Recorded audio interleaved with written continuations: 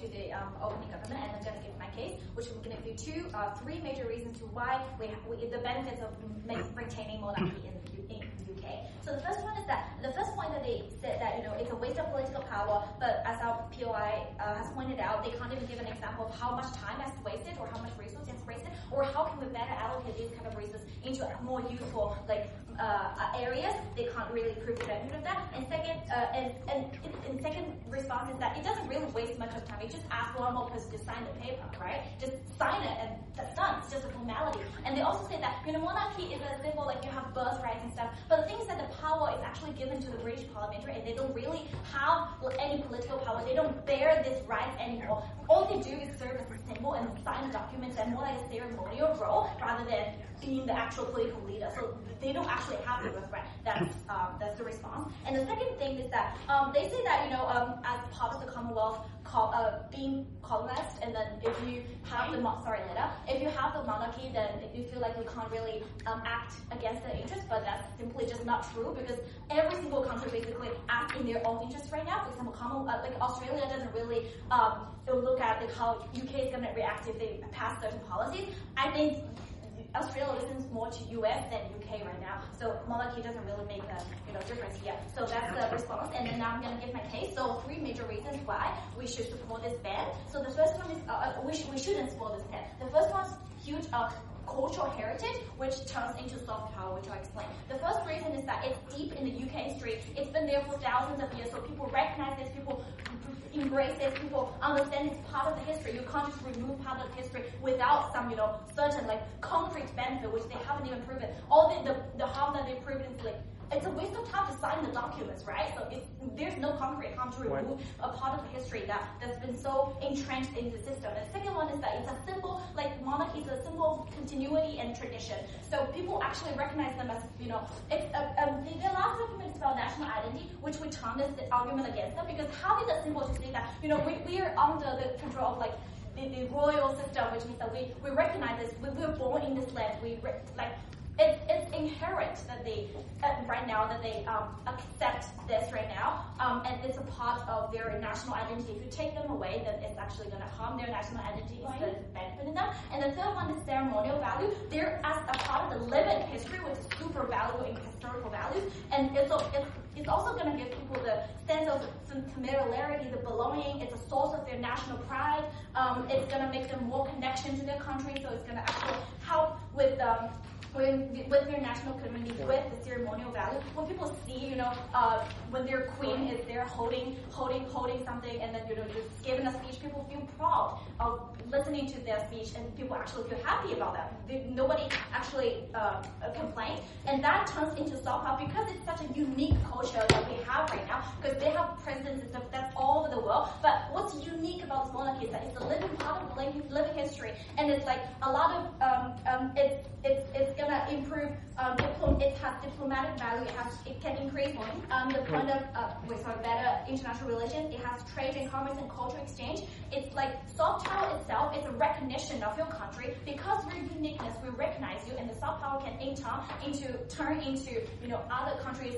We recognize you, and that's the soft power we have, and that in turn turns to I respect your culture and I like your culture, so I want to come to your country to study. I want to listen to your culture, and that's a very good thing to explain to the global world. And the second one is that economic value, because of this unique culture that the UK has, we attract trillions of tourists each year, and that's going to increase our economy because people coming here, people spend their money, and then they buy stuff, and then it's increasing GDP. They also have related products. For example, marriage products that the prince got married, and then they sell products the symbolic products of their marriage, and they actually bring a lot of GDP to the country because it's a part of the economy, and also have brand exposure. For example, if a brand says, "Oh, sorry, we only serve like the royal country, the royal family," and people immediately see this as a good quality because they choose this, so they trust this brand much more, and they usually use British local brands, which means that it's a very good promotion for their brand, which will in turn, known to the world. It's a very good just propaganda and advertisement, and which, better economy means more employment, better GDP, and everyone's better off because of like those concrete benefits that we're bringing. Yeah, I'll feel that. Yeah. The concrete harms we describe include an enormous undermining of democracy and misuse of resources. Why are you willing to trade this off to give the UK the uniqueness of having a family who gain power through violence, stay in power? All right. So as you said, it's your burden to prove how much harm that it actually brings. But in our battle, we've already said that all of the power has actually been transferred to Parliament, and people have their democratic votes, which means that they can actually choose who decides their left, who changes their policy, which is already happening in the real world right now. And changing, just simply demolish this monarchy doesn't really give any substantial change to the current society, and we don't really see any substantial harm by this monarchy right now. And that's why. But based on the benefit which we gave, economic value, cultural value, national identity, which means that we have tremendous benefit out of this. And they also said that, it's very expensive to retain those people and send them to other countries. But how expensive can it be to, compare it to the tourism and brand exposure and employment? It's nothing, right? So if you compare the amount of money, it's really not much of a cost. It's actually a very good investment. Even if you treat it as an investment, it's still worthy. And then the last point is about public support. They're the one who said that, we respect people's will, we want people to have free will. But the thing is that recent polls constantly show that people support retaining monarchy, which means that people like monarchy, people like having someone representing them, people like seeing the queen, signing documents and then cutting, the stuff, they open something and then cut it and then, the people shout. Yeah, people actually like that, which means that people support this monarchy and there's no substantial harm in the real society. There's no need to push and to ban this thing. In conclusion, based on the social, cultural heritage, based on economic value, based on public support, we're very proud to help it.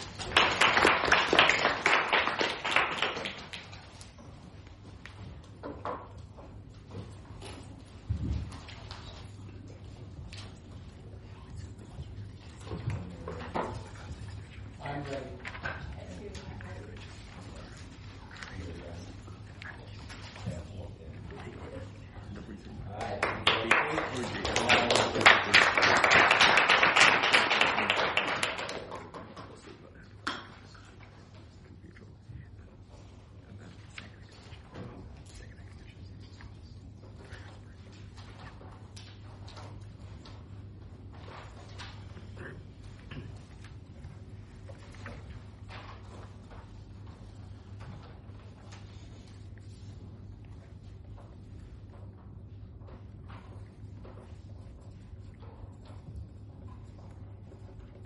USU's biggest benefit in this debate is that British tourism companies can use a legacy of colonial bloodshed and violent class oppression to make a bit more money. Our biggest benefit in this debate is that the people who were the victims of that violent colonial bloodshed can be more independent and realise their right to self-determination. It is very clear who wins this debate. It is openly God.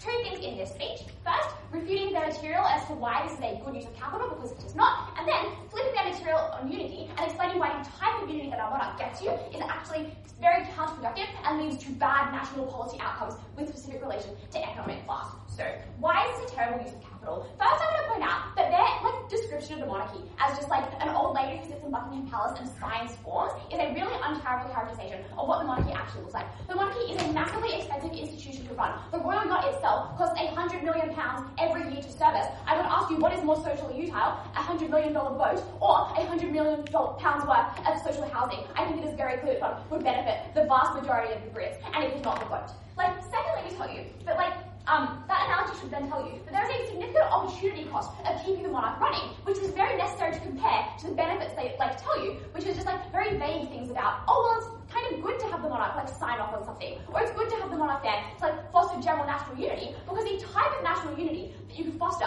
by, say, overhauling the NHS to go and provide better healthcare so that people feel less disenfranchised by the government and feel more unified in that regard is much more meaningful, because it does not just provide you with unity, which is all that the monarchy is doing under their side, it also provides you with things like a better healthcare healthcare system, so fewer people are like on wait lists, not receiving the treatment they need to materially improve their quality of life. You always opportunity cost very highly because the benefits of like the monarchy are because there are no active benefits of the monarchy. There is only mitigation, and that mitigation is like totally like insignificant when you consider the harms. Thirdly, no thank you, we would tell you that the monarchy is a terrible allocation of political capital. It is not just an additional layer of bureaucracy that manifests in people signing off on laws that the British government wants to pass. We tell you that the monarchy absolutely does influence political decision making because it is literally a political institution. We tell you that it does this in a few ways. Domestically, for example, the popularity of the monarchy directly influences how people make laws. If the monarchy is very popular because the Queen has worn like a cool outfit or like Princess Diana made a good visit somewhere, like the government is likely to pass more conservative laws that align more closely with like how the monarchy is set up. So it looks like doing things like perhaps increasing royal allowances or deciding not to like reduce the size of the royal family, happened now that Charles is unpopular. And this is very harmful because it means that as opposed to making decisions on the basis of a democratic mandate as to all the promises you brought to an election, you are making decisions based on the popularity of like an institution that is fundamentally undemocratic, which makes your country ultimately less democratic. Secondly, I tell you that like the monarchy like massively influences structures because it is also the source of like the British aristocratic system, things like the House of Lords, where you just get appointed there to life because you are like the Queen's fourth cousin, is really, really harmful because it actively diminishes the democraticness of decision making, and it also channels more and more political decision making into the hands of the political elite, which actively disenfranchises and locks out the lower classes. This is really harmful. No thank you. Thirdly, we tell you this does influence decision making in a post-colonial context. Arwyn explains this very well, so I'm not going to spend a lot of time on it, but it means that countries are less likely to do things like, for example, engage with more Republican facilitated laws. We gave you an example of when a Prime Minister was literally fired for doing that by the Queen. That is not just someone sitting there in bureaucracy, that is someone actively influencing policies. Note that this massively diminishes the capacity of post-colonial states to be republics, because at the point at which your leader is fired by your head of state for trying to become a republic, that actively blows all of your political capital out of the water. It is why the 1990 Republican referendum failed in Australia. It is why it is so politically unpopular now. The second benefit they try to bring you is that this just benefits money. I'll take your point in a second. The first thing I would flag here, though, is that it is unclear why it's good for an institution that is so bad to be able to generate profit. Yes. Okay. The monarchy is really popular in Britain in a context where there is a revealed preference for this monarchy, which you characterise as a system of hierarchical privileged figures. Why would removing this not have a worse shift to reactionary nationalism? Wonderful. I'm going to explain this now because this was a new piece of the standard that I was going to bring, which is going to flip opening opposition's material about public support. Because we tell you the type of public support that Jules wants to promise a benefit is actually just really, really harmful because it prevents the ability for England to make legitimately good policy that reduces economic divide. So we tell you that under status quo, England is actually super divided. Sure, some people really like the Queen, but there are also tens of millions of Brits who live essentially on the poverty line, who live in dilapidated public housing, and who feel actively very disenfranchised. And because of that, are really vulnerable to things like the radicalising narratives that enabled Brexit to get through because they feel so disenfranchised. Note that while it's very it's very important that class isn't conceptualised in this argument as just the upper class and the lower class, but there is a middle class, and we show that under our side we can uniquely unify the middle class and the lower class to have less class division, because the upper class is probably always going to rich people regardless of whether there's a monarch. And we tell you, because of this, the type of unity we get as a result is likely to be much better and lead to more productive economic policy being passed. So why is this? Firstly, we hope that the middle class is comfortable enough to disengage from the harms of the monarchy, its colonial implications, or its massive waste of money, and engage in the more frivolous benefits, going to the races, or watching Kate Middleton's outfits get talked about on loose women. However, this doesn't mean that the middle class isn't actually harmed by the conservative institutions preserved by the monarchy. It just means that they're less receptive to them. However, at the point at which you remove the monarch and you remove that virtual signal of what it means to be a British person in the middle class, you remove the source of identity that makes the modal middle feel separate from that lower class, and you see that they are more likely to receive criticisms of the wealthy who are now faceless and are not a smiling Prince George and Charlotte in a way where they are more critical of how those wealthy institutions actually make their lives worse, because those institutions are not viewed as being integral to their national character, which they probably value quite highly.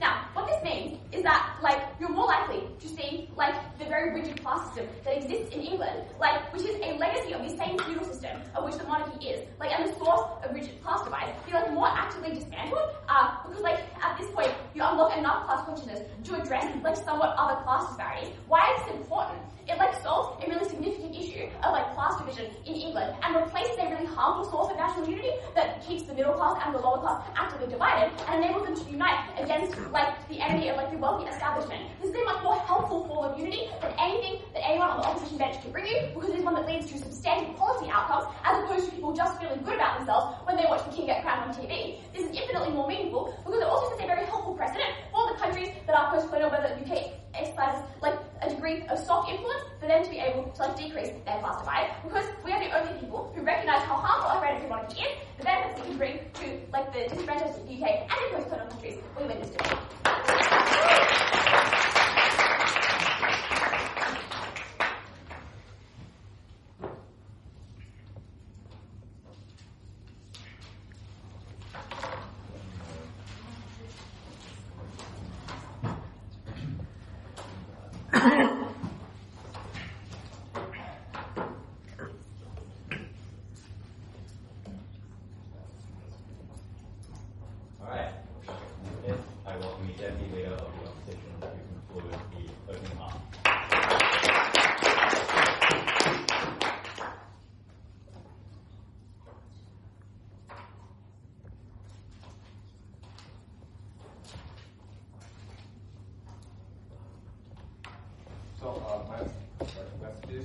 My speech starts in 3.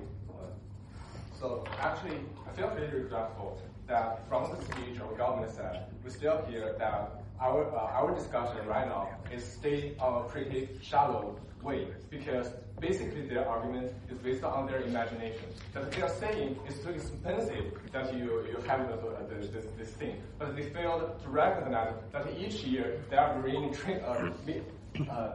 there are millions of dollars, and it's actually a trade-off, because the ceremony you hold is actually brings the tourism and brings this business that increases the income. And secondly, about the democracy, that based on their imagination, that assume that they have the power and they will have the social influence, which I will explain later, that in detail how we actually stop this to happen. So in my speech, firstly I'm going to make several rebuttals, and secondly we will extend our argument, and finally comparison to show that it actually benefits to have it. So So firstly, the most important thing to tackle is that the democracy. They actually argue that they have the power to control and to harm other people. But when we ask for the examples, they failed to give even one example that actually happened, that actually harmed this, that influences the selection, influences the decision making. But we don't see an example of this. And if you can ever give me one example, and we might explain to you how we improve it. And secondly, let me finish this one. And there's a term called devolution. Is that from the recent years, the last century, the power of monarchy has already been transferred to the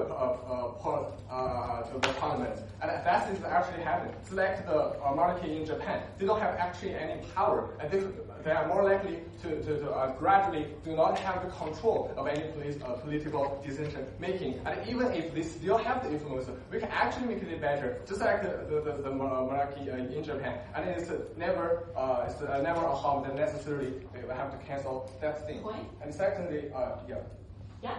So the money you propose the tourism industry gains from the monarchy goes into the pockets of tourist companies. The money the monarchy takes from taxpayers takes away from vital infrastructure. Why are you conflating the two?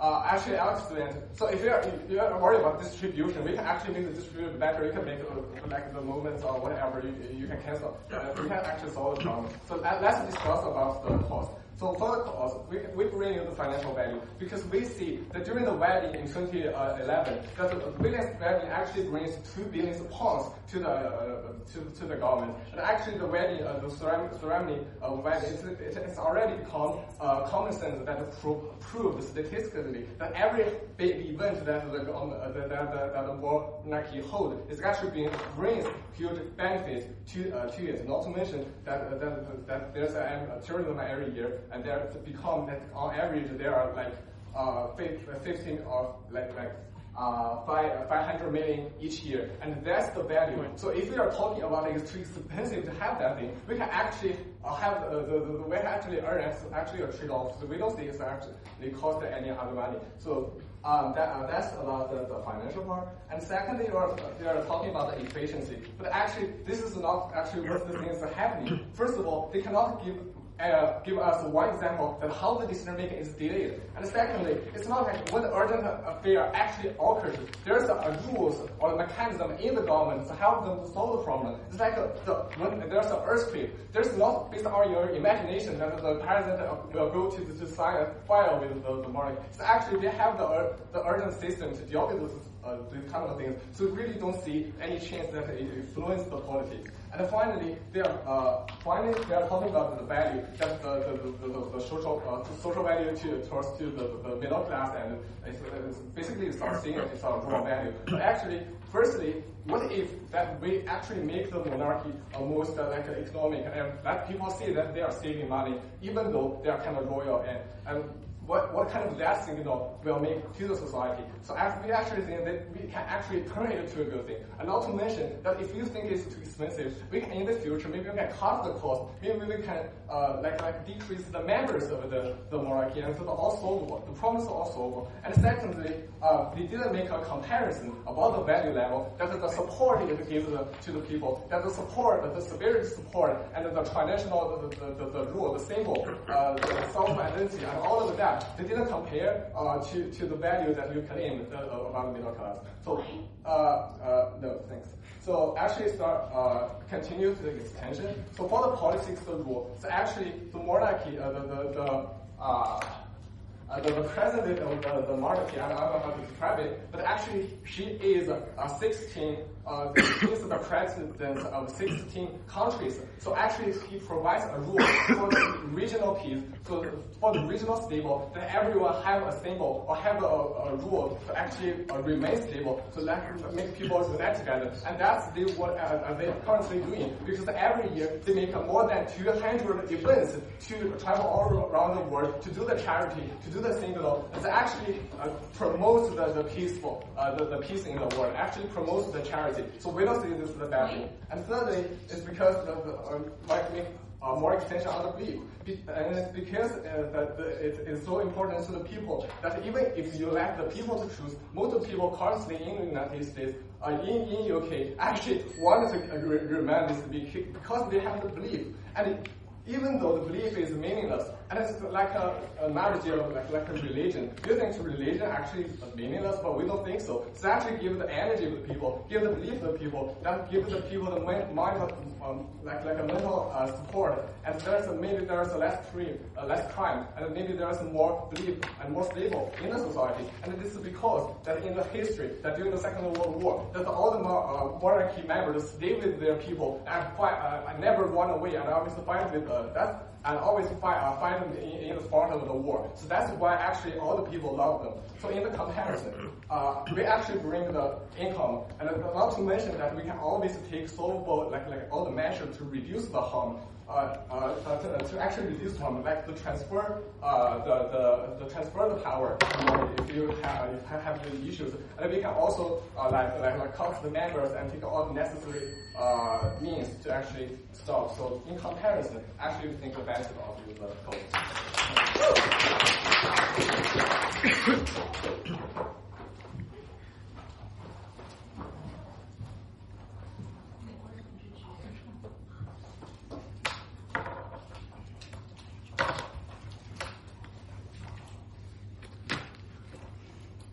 That is the highest impact argument in this debate. There are two reasons why this is particularly important. Firstly, I know it's really novel. It explains why the monarchy today has a symbol that cannot be removed or reformed in the ways that opposition bench want to talk about. Second reason I know is we're going to explain why this particularly why this harms trade relations, rather than the abstract sort of freedoms that was sort of talked about in the opening half. So, there are three reasons why the monarch can't sort of be reformed in the ways that this opposition bench hints at. It doesn't really explain.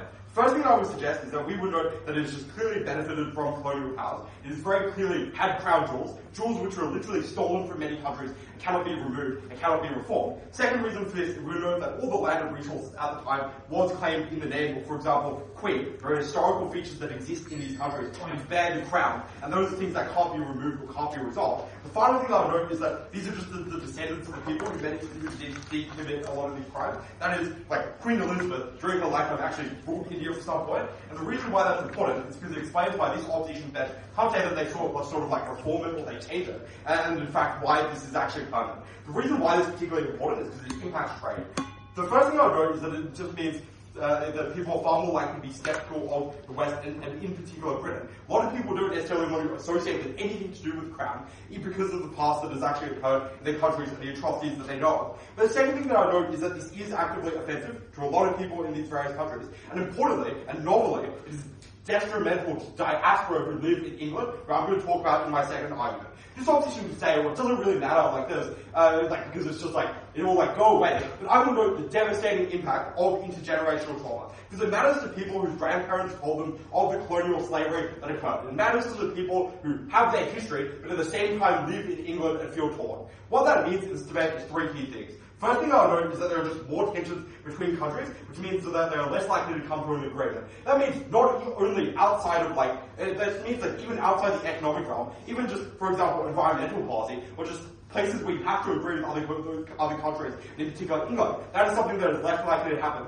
Because right now you always have to justify, in addition, why you want to partner with England because they have that monarchy. Whereas when they rescind the monarchy, it's much less likely that the burden of proving why you are working with it is actually as high. Second thing that I would note is that you're just more likely, is that it's just much easier to feel respected if you're someone who lives in that country or is in that country and has had a colonial past. Why is this argument important? First thing I'll note is that really important strategically allows us to come up with the biggest impact, because the quibble is about money and time and who we are benefiting, actually is solved by this problem. Because if you believe that there is any amount of increase in trade, even if one additional country starts to trade with England a bit more, it means that not only does that country benefit, it also benefits England as well. You actually get a dual benefit, whereas the benefits that Opening has talked about in this debate only occur to the developing country in an abstract sense of freedom. Second thing that I'll note is that what that means at this point in this debate, simply to say that this argument of trade is incredibly important because it affects a large amount of people. It actually means that we can benefit both people at once. So, with that in mind, the second question I'm then going to ask is why this is likely to harm the diaspora in England. And the reason why this is particularly important is we would know that's particularly caring to people who have both identities, but can't necessarily cast one away. And the reason that the reason for this is just simply is that we would know that under a world where you don't necessarily throw out the monarchical brand, means that people are less likely to buy into the culture in the first place. And the impact of this is twofold. The first thing that we will note, this just reduces tensions overall, and we will note that the fact that England is it has a history of racism with groups like the English Defence League, and we will note that there is a big diaspora that does live in England, like countries from India. The reason why that's particularly important is people are far more likely to feel part of that country, be able to merge those two cultures, to the point where they don't look up into their parliamentary buildings and they see these monarchs, or they don't see a crown, they in fact see their nation, which they are part of, but they also have their own identity. And those are things which are much more easily reconciled than the one under opposition. Opposition could just say that this benefit is small, maybe it'll go away into the future. But I would know that we would ask you to just look forward into future generations, how it impacts them overall. I'm going to move on to the two key impacts of this, but before that I'll take opening. So if the UK went to... Oh, sorry. No. Okay, go. If the UK went to a country, pillaged it, stole their jewels and disrespected them, and then they no longer have a monarchy, they still killed people, stole their jewels and disrespected them, what is that tipping point? I would ask you whether you think that it is more likely that people feel part of the country when they're still having the same brand, or a country which has removed that brand and therefore is implicitly saying that it is no longer standing behind those actions. That is what we have under our side. Your side does not do that. So, we would note two key impacts. Firstly, we would note that England just has an enormous diaspora. The reason you must weigh this is because it is grown from globalization. So the more people that go in, the bigger our benefit just gets into the future. But the second thing that I note is that the people who are newest to England and feel therefore most attached to their present countries are often the people who are most insecure about their cultural identity. That is people who don't know where they sort of sit in between the line of England and their past country. They don't know how they can reconcile the fact that they sleep in houses which have been built by people from like plunder and slavery. And under our side, you're much more likely to be able to reconcile those identities, be able to feel part of that country in a way that simply would not happen under opposition's law. The final thing I'm going to deal with is I'm just going to preempt the extension from closing and hope it's correct. So, I'm going to assume the extension to their POI is to say there'll be nationalist backlash. There are three responses to this. First thing I would suggest is that this is simply a short-term harm at best. Particularly unclear why this would be particularly long into the future, whereas the benefits we explain actually get bigger as more people move into England and globalization occurs, people feel more part of their identity, and the developing world like merges with the developed world, people from Asia, people from India, like colonial countries like Malaysia, end up moving into England and feel more part of it and don't feel violated every time they look at Parliament House. Secondly, we would note that this is not, it is probably just, there's not as many nationalists as this opposition might want to suggest in this debate. We think that far more people would actually be in favour of removing the monarchy for the reasons that we've described. The third and final thing I note is that unclear that people will be particularly damaging in these instances. Unclear that whilst they may care about nationalism, they're actually going to break a lot of laws and it would be particularly helpful. Whereas the benefits that we point out are concrete, they do affect people's identity and are the most important. I left a page on the table.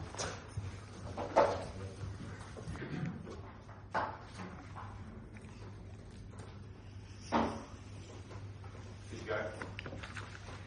Two contributions from closing government. First, will be the first team so far to properly engage with the 13 or 14 countries that are engaged in this debate. Second, we'll explain why this absolutely nukes British politics and monarchy is important for the stability of British politics. First, on the 13 or 14 countries that are involved in this debate. Note that opening government concedes that these countries will have to transition their political systems away. There are 14 countries that have the British monarchy as their head of state. All of them will have to transition.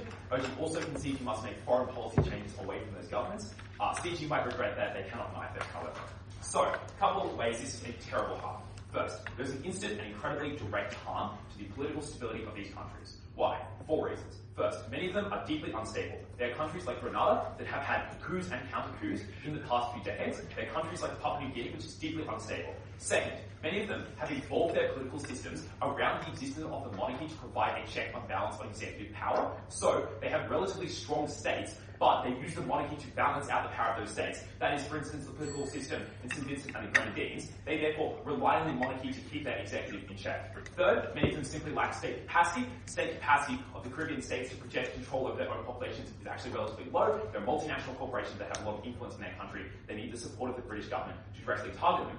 Finally, including in at least one instance, that of Papua New Guinea, there is an external neighbour that directly has claims on your land and directly would intervene and has intervened in the past. Clearly, Indonesia would like to target Papua New Guinea. That is likely to be the same in other countries. Important thing here, immediately a massive and destabilising political transition where you change your entire system of governments away from a monarchy towards a republic. You reallocate government positions. You reallocate different ethnic groups to different positions of power. You change your system of governance. That nukes you. There's a possibility that one of those countries will fall into some form of civil war, will fall into a war with Indonesia, will fall into massive political unrest, obviously very bad. Second, even if you don't buy that, the monarchy is still good for the politics in these countries in the long term. First thing to prove here is that the monarchy does not directly interfere very often. I would note Gough Wyndham is not a substantive for analysis. The monarchy also stayed in Grenada when it was communist. You cannot point to an example and use it to explain why the monarchy intervenes all the time. There are many reasons the monarchy does not intervene in these countries. A couple of them include the fact that there was demonstrable backlash the exact one time it did it. That is Australia with the dismissal. Secondly, it extracts a number of benefits. The trade and tourism is discussed, benefits of cultural capital there in the Commonwealth Games. Thirdly, we'd simply identify that if you had a strong Republican movement and the British government tried to crack down on that strong Republican movement, that would be fuel for the Republican movement. That is clearly a bad strategy. So, why do the monarchies stabilise these countries? 3 reasons. First, they offer a check on the power of these governments. That is, they often have strong executives. Those executives are often majoritarian in countries that do have different ethnic groups within it. Papua New Guinea has a huge number of different languages, even inside a relatively small country. The check on power is what allows there to be relative stability. Second, they keep the country engaged globally. That is, Britain is a conduit between countries that have no diplomatic capital. Countries like St. Vincent and the Grenadines, whose biggest export is like pleasure craft boats. Obviously, those countries can engage with the world in a broader extent when they have Britain as a conduit. Third, they offer some form of diplomatic protection and engagement. Third way that you hurt these countries is there is a certain economic harm. First way that this happens is it is in the form of trade. That is, there is direct trade between Britain and these countries at the point where they're engaged in the Commonwealth, they have economic agreements in place, they have free trade agreements in place. Closing government tries to flip this, but it is ineffective. Clearly the amount of closeness you have right now is always going to be much much greater than the amount of closeness you would have once you have directly cut ties. Similarly, you have tourism. People from Britain go to these countries to holiday all the time. That's incredibly important for the economy. Thirdly, engagement with the Commonwealth does just provide a significant amount of aid for these countries, particularly the ones that are less well off, do just receive benefits from engaging with the Commonwealth. Final way this benefits those countries is that by abolishing the monarchy, you are creating the discursive effect that Britain is no longer engaged with colonialism, that the Britain that exists today is not the one that did colonialism in the past. This is conceded by closing government. Note a couple of things about this. First, it's a clear discursive harm when you are denying the reality of what made Britain rich. But second, it does just assuage the white guilt that does afflict how Britain does its foreign policy. The reason that Britain keeps giving so much aid to these countries is because it is guilty about colonialism. We do not regret that. We think that aid is important to people's lives, it is important to people's power. Panel, all of those are harms on those 13 countries. It is also a double debt. This team and this government bench want to punish the countries that suffered from colonialism as reparations for colonialism. That is a double debt, it's not a benefit. Before I go on, I'll take the POI vote. If England is never going to intervene in domestic affairs of a Commonwealth country because it is so unpopular, does that not just gut all of your members about being an effective check and balance and being able to No. So, two things to note here. Firstly, those are separate mechanisms. The mechanism is not that they will not overturn an incredibly unpopular government that is doing Republican policies. Obviously, they want to engage with that. That's the reason they never overturned Grenada's government. Even when it was communist, they still had a queen. But secondly, importantly, the distinction there is that they will engage in day-to-day engagement with the government. That is, they will negotiate with the government. That is, they will provide checks when the government has particularly unpopular leaders that are refusing to step down, refusing to go out of power. So, because Britain cares about the support of the population of those countries, it will target the leaders that are deeply unpopular, leaders that are doing anti-democratic things in important ways.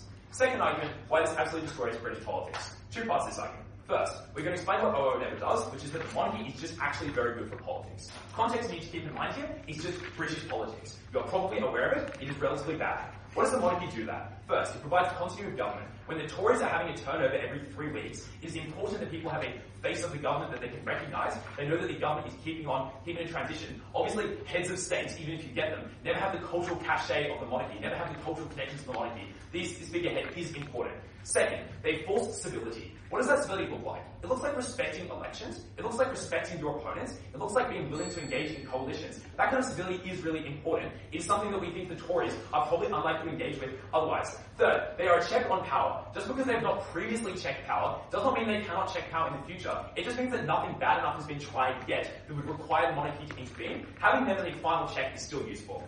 Final part of this argument, this saps the support for other necessary reforms. This raises their burden to the moon because it proves that there are other reforms that need to be made that this loses support for. This is not a counter-fiat argument, obviously it's a support debate. I would note this is obviously an unpopular policy. It's likely the monarchy is broadly popular, the monarchy causes deep instability to change the whole government. What are some other reforms that there would be support for that this now takes it away when people think they have fixed these structural problems in British politics? There are reforms like the local elections, which are deeply flawed and deeply broken. There are reforms like the House of Lords, which is a system of institutionalised elitism. Those countries, those systems are far worse for British politics than the monarchy, which this side concedes may do some harm, but not as much as the House of Lords does in cementing privilege. Those changes are things that you can no longer make when you have done such a drastic change to your politics. You have expended any scrap of political capital that the left had to critique the government.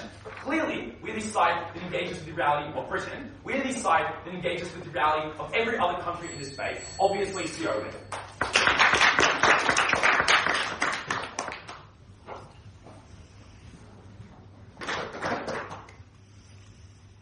The idea that an Indian kid goes to school and learns the history of an imperial power that colonized and enslaved their grandparents on Friday, and then has to watch a parade that celebrates that colonist grandchild getting married and getting coronated later on, is something that I find to be completely abhorrent. It is isolating and it makes you feel alone. It makes you feel like the country that you live in and your home rejects you, and it makes you feel like you do not belong where you live.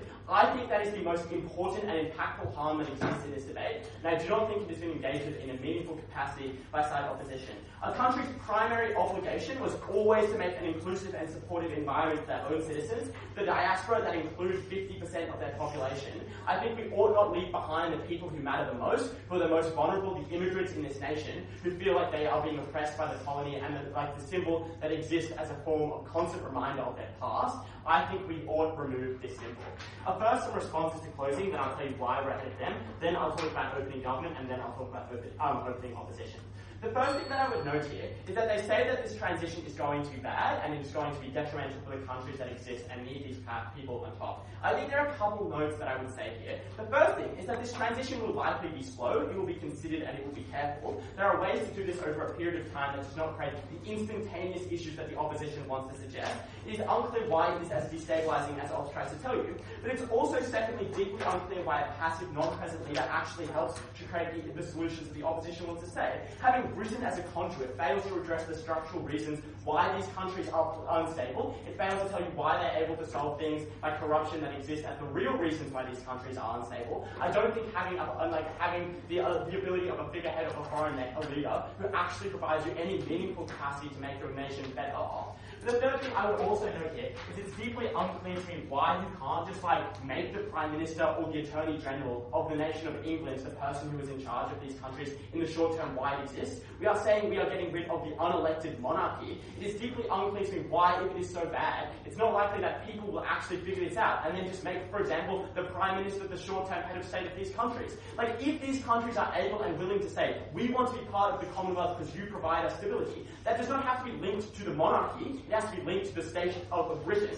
It is deeply unclear to me why removing the monarchy actually creates the underlying reasons that the opposition wants to say. I would say in this debate, their case has not actually provided any meaningful engagement with the idea of a monarchy. All it has engaged with is the idea of a state that provides you support and power. I do not think that is in any way engaging with this debate on any meaningful terms. The next thing that they say here is that having a check and balance is good. I mean, seriously, guys, it could also be bad. This is speculative at best. I would tell you if Charles becomes crazy and manic and then decides to get rid of the Prime Minister, this is something that exists equally. Obviously, they might use their power well, but they might also use it badly. I would argue that the instance of which they use it badly is so much more impactful and so much worse. I would say on another scale, this is a win for side government here. I do not think that they can say that the check and balance is something that's important. The final thing that they say here is that the House of Lords is worse, and we should focus our times on this. I think the funny thing about this is that the House of Lords is the idea that the House of Lords has power is tied to the monarchy, and so when you get rid of the king and you get rid of the people at top, you literally also get rid of all the dukes who derive their power from the fact that the king made them a duke, and that is something that exists down the bench, which means that we are the side who actually implicitly gets rid of the House of Lords and then institutes a Senate because that is tied to the monarchy. I do not think that this is an actual meaningful benefit that the opposition gets. Why are we ahead of them anyway? I would say the first thing to note here is that the primary obligation of the nation is always to their own people. It is to the people who feel isolated due to the fact that they feel like they are not supported by a country that supports the oppression and colonism of their grandparents. I would say that it is far more important that we achieve a system of inclusion than the fake stability that the opposition's case would argue for. I think that is so much more important and impactful on our side of the house. The second thing I would note here is that this change will have to happen eventually. It is deeply unclear to me why these states will always exist as perpetually looking up to the British overlord that provides them stability and power. Obviously, the support is going to happen. Why not just do it now and get rid of all of the issues of the people who feel like they are not supported in this nation? Stability is something that may never be achieved, but what will be achieved the moment we get rid of the crown is the fact that you do not feel like you belong, and I think that is way more important in this debate. I'll take it now. Yeah, if we have heard about colonial and slavery history, as you said, by the symbol of monarchy that we have right now, then why do people in the poll still favor the retained monarchy?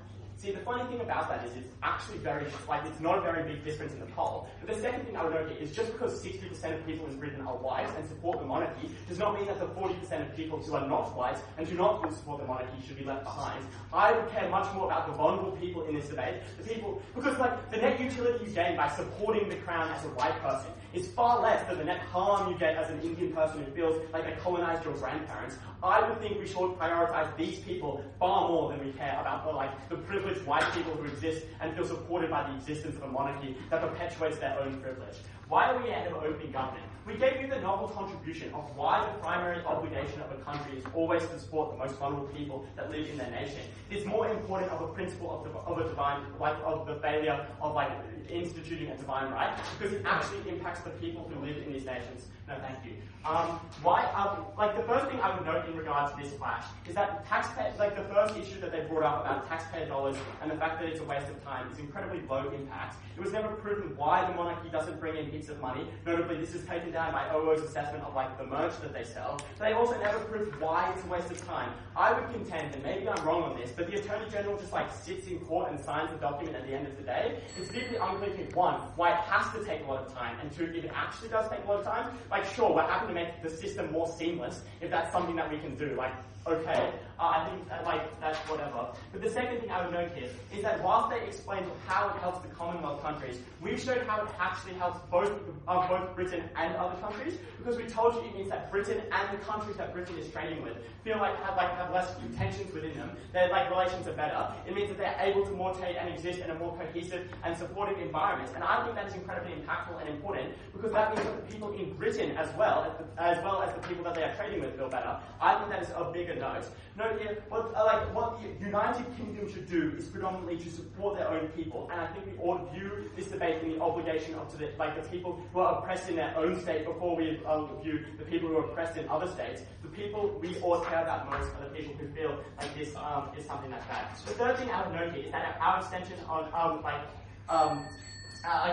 trade and on the diaspora that exists is just a bigger scale. It affects more people in a more material way, because it removes the perceived barriers that creates the classist and racist ideals that necessarily prevents people from accessing the social elites, and it affects people's everyday lives way more. For these reasons,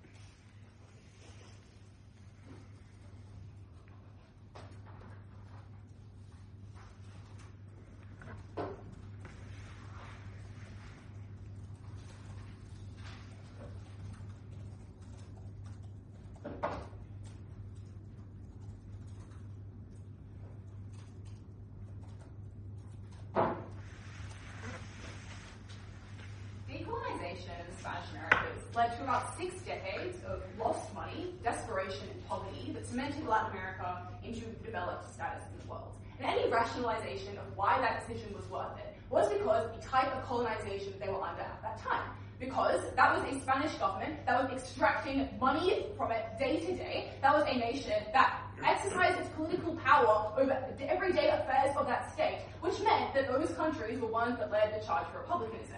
This is not what the context of Britain today is. You are talking about countries who you want to sacrifice those 6 decades of lost income, those 6 decades of people starving in poverty, to try and guarantee the benefit of getting Britain a little bit off your back when it was insufficiently proven that they were so much on there in the first place. I'm going to do 4 things in this speech. First of all, I'm going to prove why opposing opposition wins this debate about why we are benefiting other nations within the Commonwealth, but also specifically British politics. Then I'm going to deal with the miscellaneous rebuttal and extension that comes from our opposing team. Then I will deal with the other opening team, and lastly, our opening team, and why we are better than all of those contributions. So, firstly, in terms of other countries, I would like to be incredibly clear about why we are saying that the kind of stability this gets is super important. We say, first of all, that having some sort of consistent, stable figure, who or not they are, especially one that is external, that is not within that part of the system, that is not subject to corruption that may exist within that system, is going to be a benefit in these countries. But second of all, a whole lot of our material is unresponded to in the fact that maybe we're given at opening why Britain can choose another system and just go on their merry way. I don't know how you expect Papua New Guinea, when tomorrow you say there is no monarch, to be able to give some sort of system that is going to change their mind. The US spent a very long time trying to make some sort of alternative political system after they decided to leave from that monarchy. You do not give that opportunity for these people in the first place, which means that you automatically mean that either some position in that government is dissolved, or people now have to immediately have some sort of discussion and conclusion about what kind of new system that is. That looks like false political pacts that cement incredibly bad governments. That looks like conflict within those governments, no thank you. That means that they are slowing down, which leads to things in worst cases like coups or wars.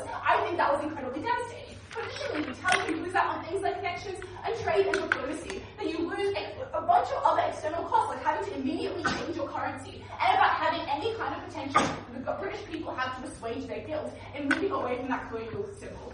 I think that was incredibly important because the contribution we give about those other countries is the most grounded impact in this debate. Because maybe you care about the unity of Britain, maybe you care about British politics, this is not an active debate. Maybe you care about some sort of economic benefit you can get in the short term. We are talking about 13 countries, some in the Caribbean, some in Papua New Guinea, who are incredibly unstable, who forcing this decision upon them now when they are not being tested to the same extent they claimed by the British was unfair. Second of all, we tell you that British politics is likely to get better.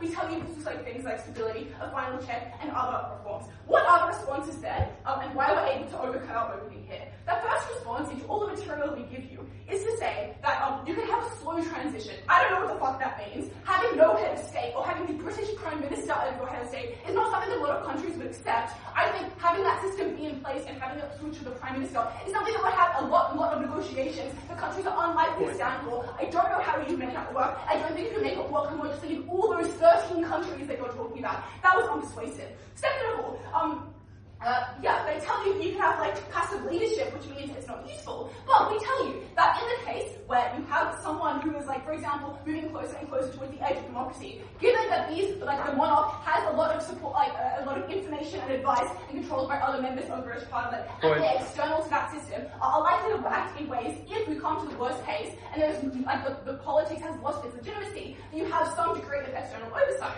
But last of all, they say that the British can use this power in a bad way, but they have not told us why the scrutiny that is likely to be on them is not enough, why other forms of external checks and balances are not sufficient for them. What do we think at the end of that? I think this rebuttal does not stand up to the majority of the harms, because of the fact that it counts as a mitigation in some number of cases to the extent to which you believe it is successful. But additionally, it does not seek to build up the harm you have to do, no thank you, in kind of moving away from the monarchy system. What are the substantive contributions to the debate? The main impact here is on the trade in the UK and diaspora. First of all, as I noted before, this is not an act debate. We don't have an obligation to British diaspora more than we have an obligation to 13 other countries that we're talking about. By numbers, I can get easily outweighed. Second of all, this diaspora is disproportionately wealthy in the UK. I feel like the other countries are more sympathetic and more vulnerable actors, in which case they get outweighed. Third of all, it's unclear, as I flagged in that POI, what the tipping point is here. To say that you no longer feel rejected by the UK because the Queen's not around, Buckingham Palace still exists, the crown jewels are still there, you're still living in a white country ruled by white people. That is unclear what the kind of benefit they gain is. That is marginal at best. I think it falls out. Last of all, that's pretty much it. We also say the kind of flip about making worse forms of nationalism and not ever reckoning with that problem. Closing government is out of this debate. Moving on to why opening opposition is unable to be successful here. Opening government is unable to be successful here. No. Actually, yes. Why would abolishing the monarchy, note the House of Lords with it, not generate a greater amount of capital for UK political reform when people realise these historic institutions can actually be reformed? Yeah, got it. I actually missed that piece of rebuttal, so I'll now say it. First of all, that is unresponsive. Things like the House of Lords are not the only kind of capital we talked about. We talked about things like local elections. The example was to prove there are other ways the British Parliament can be reformed. Second of all, this Duke system and that system is verified by the Parliament, and it's not directly changed the monarchy. If you got rid of the monarchy, does not mean immediately you get rid of the Dukes and the House of Lords. I think if they wanted that, they'd probably make the biggest stir. You would lose all your politicians. I don't know how they expected British politics to get better as a result of that. Cool. Why then do we are able to defeat opening government here? They have two main pushes. The first is that this is very destabilizing for other nations. First of all, we tell you the one example of Willem is not structural analysis. If a country wanted to have be a republic and had put the time and effort into drafting a new system and had the capacity to reform, it's unlikely Britain would enter a war of independence in this day and age. I don't think that would be likely to happen. They want to maintain their kinds of trade. That means that the destabilization is out. Second of all, they say that Britain will become better and will give NHS money because you lose the face of monarchy. First of all, it was unclear why, as I flagged in POI, the kinds of desire for a hierarchical system and these elite figures would not just go to other kind of elite figures that you can point to. Magazines in the UK are filled with a bunch of other wealthy white people who people valorize. Second of all, it's unclear why in a very nationalistic state this would not form other really bad forms of nationalism if they were connected to that British identity. I think it's pretty clear. 13 countries that are vulnerable and would have to change their political system makes turmoil that is